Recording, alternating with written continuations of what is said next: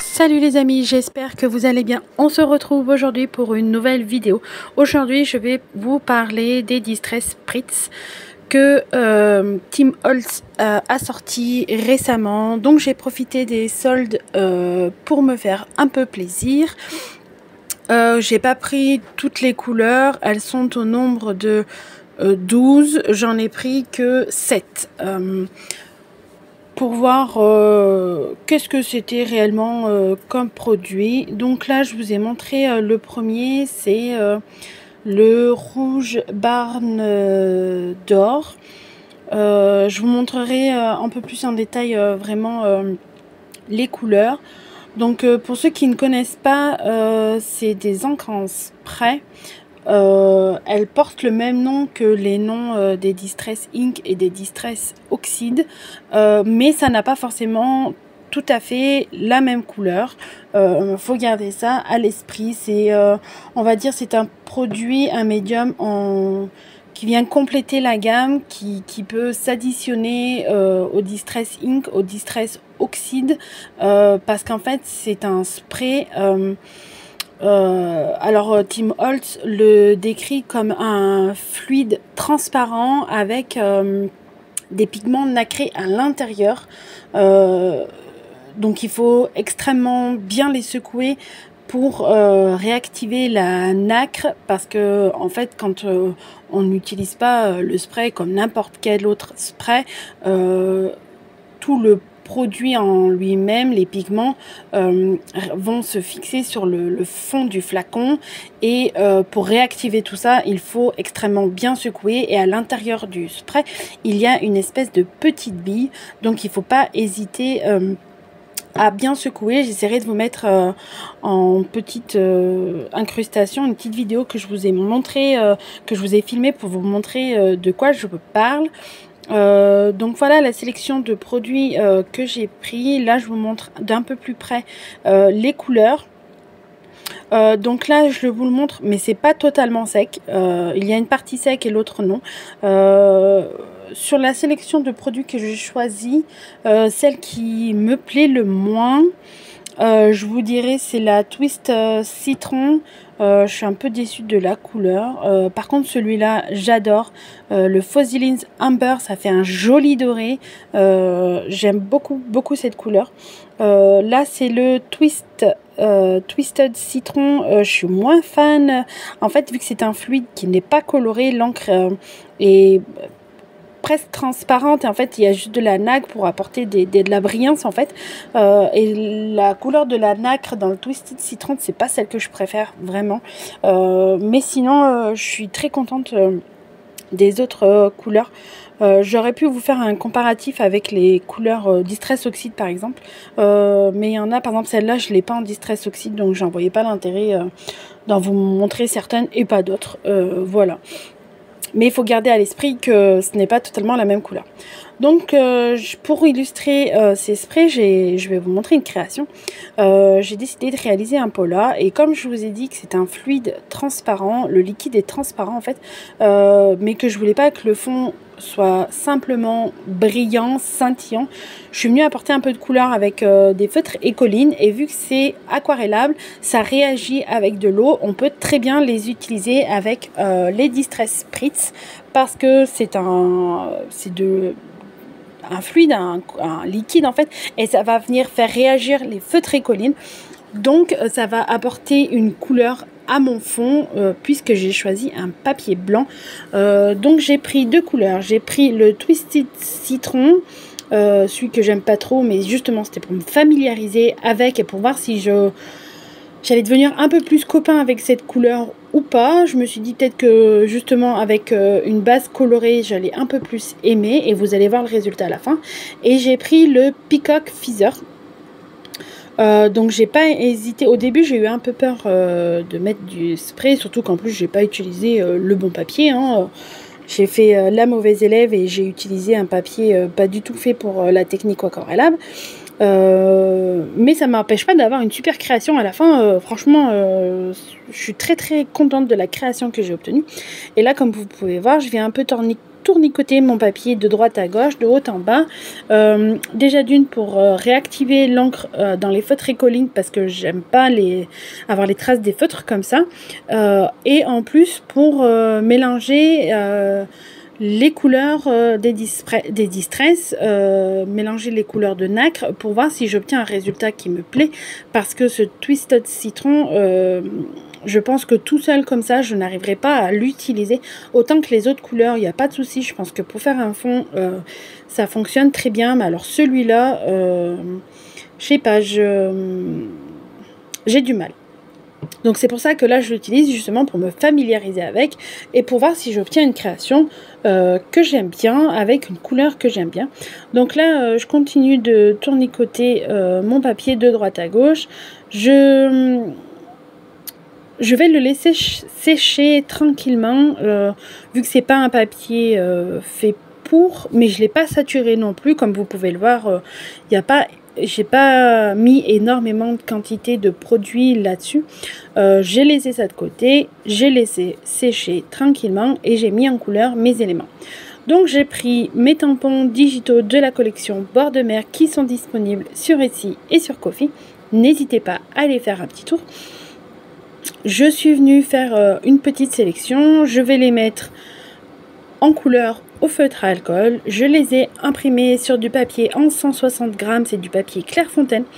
Et je viens les coloriser au feutre à alcool. Je n'ai aucun souci là-dessus pour faire cette technique. Donc là, je vous montre rapidement la mise en couleur de la petite poupette Millie.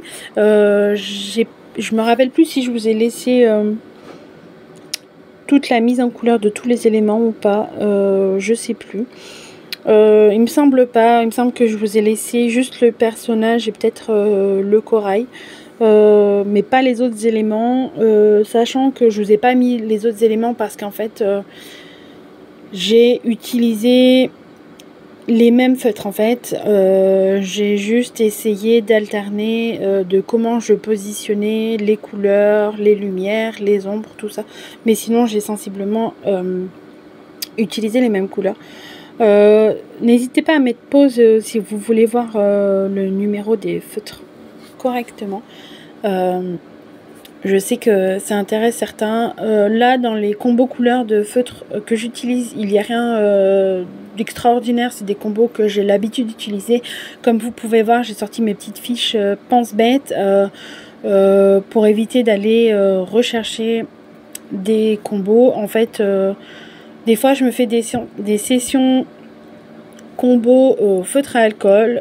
C'est les petites vidéos que je vous sors de temps en temps. Je m'amuse à gribouiller, à chercher des combos qui fonctionnent ensemble, des feutres qui fonctionnent ensemble. Et ça me permet de voir qu'est-ce qui fonctionne ensemble et qu'est-ce qui ne fonctionne pas ensemble justement. Et ce qu'il me plaît, ce que je trouve qui fonctionne ensemble, je me fais des petites fiches comme ça. Et je les répertorie, j'essaie de les classer plus ou moins par couleur. Comme ça, quand je veux faire des créations, des petits polas, de l'art journal, tout ça, et que c'est pas une session dédiée pour les feutres à alcool, je sors ces petites fiches et je vois ce que j'y ai répertorié et je vois si ça peut m'être utile ou pas. Et en général, c'est un gain de temps énorme parce qu'on se souvient jamais réellement de tous les combos qu'on peut utiliser, et des fois il suffit qu'on en fasse un qui nous plaise et qu'on n'ait pas marqué, et ben c'est foutu parce qu'on ne s'en souviendra jamais. Croyez-moi, ça m'est arrivé plus d'une fois. Donc maintenant quand je me fais des petites sessions comme ça de plus d'une heure, j'y passe plus d'une heure, 2 heures, quand j'ai le temps, je griffonne sur du papier, je regarde toutes mes chutes de papier, je vois ce qui fonctionne et j'hésite pas à répertorier. Au début je le faisais pas et je perdais extrêmement de temps à chaque fois que je voulais faire une nouvelle création et que je voulais prendre mes feutres à alcool. Je devais à chaque fois gribouiller sur un bout de papier, rechercher les combos, rechercher les feutres, tout ça, et ça prenait énormément de temps en plus de la création et je trouvais ça extrêmement dommage. Donc maintenant je fonctionne comme ça et je perds beaucoup moins de temps. Donc là je vous montre la petite mise en couleur du personnage. Donc sachez que cette bande centrale qui est sur le personnage, soit vous pouvez la colorer d'une autre couleur comme je fais là pour voir, montrer que par exemple qu'elle a un maillot d'une pièce, ou vous pouvez très bien la colorer de couleur peau et ça lui fera un maillot de pièces. La colorisation, c'est propre à chacun. Appropriez-vous le personnage, appropriez-vous votre mise en couleur. Faites comme votre imagination vous parle, vous dit. C'est pas parce que je fais ainsi que vous pouvez le faire, que vous allez faire de la même manière. Pareil pour les cheveux. Il y a les deux espèces de petits ronds à coller au couettes, excusez-moi, je trouve pas mes mots.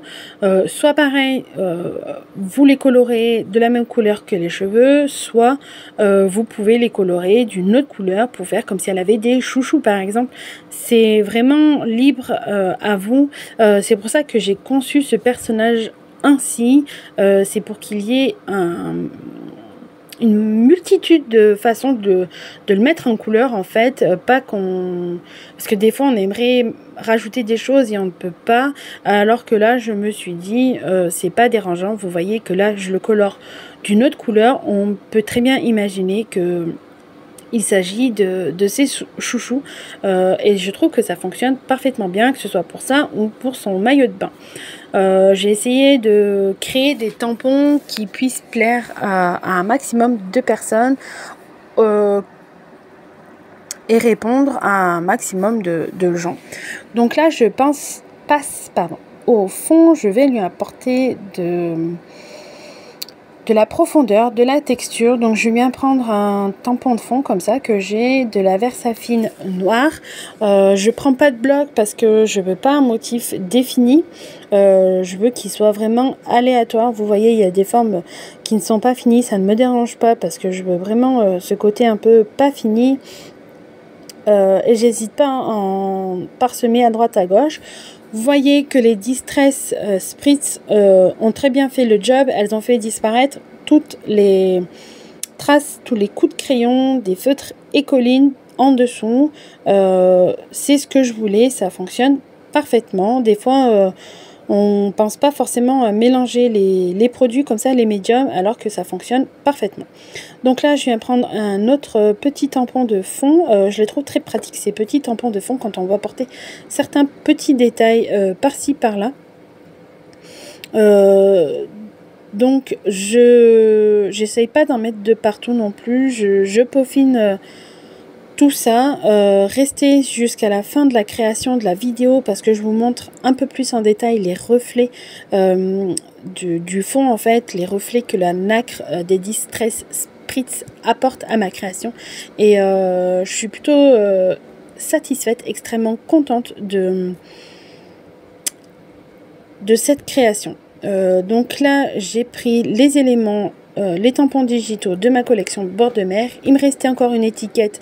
Je suis juste venue repasser un coup de feutre Écoline dans les tons bleus pour uniformiser la chose, en fait, que ça réponde un peu plus dans les couleurs que j'ai choisies. J'hésite pas, je viens coller mon pola. J'essaie de coller ça le plus droit possible.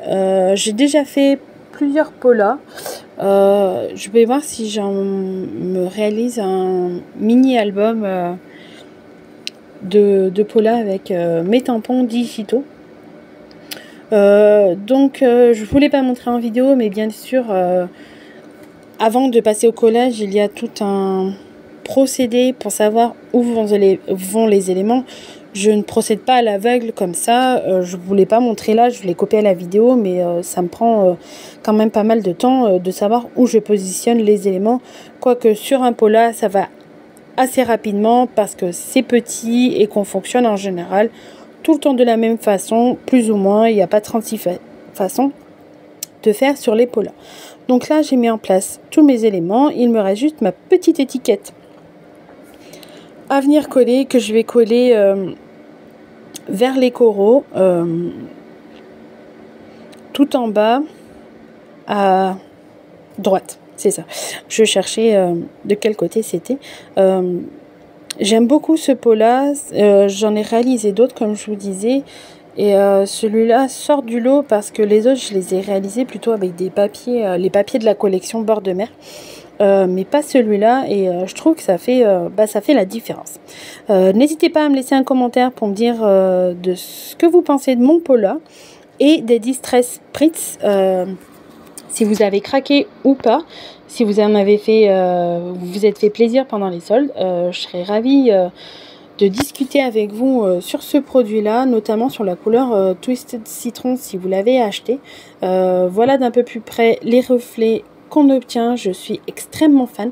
J'adore, j'adore, j'adore. N'hésitez pas à liker, à partager et à t'abonner. Et je vous dis à bientôt pour une nouvelle vidéo. Bye bye!